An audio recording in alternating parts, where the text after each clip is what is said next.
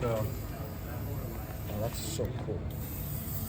so that's pretty good. You think that red's probably going to be pretty dark? It's going to darken a little bit. What do you think? Yeah. You want darker than that? I think that's perfect. So you can do this. I do this because we want to do like 6 coats. So Wu Yan, you take the heat dryer. Take the heat gun. There you go. You can press down and then pull back. And do it in sweeping motions, okay? Okay. And you can get a little closer. Sure.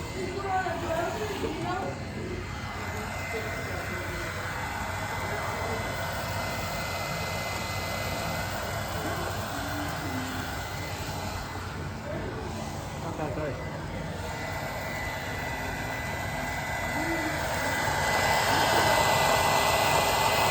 It takes a while to come up wood. What's the point of the heat gun? Is it just to dry? It helps you dry faster. Pull back, too. If you want to pull back, that's what makes the release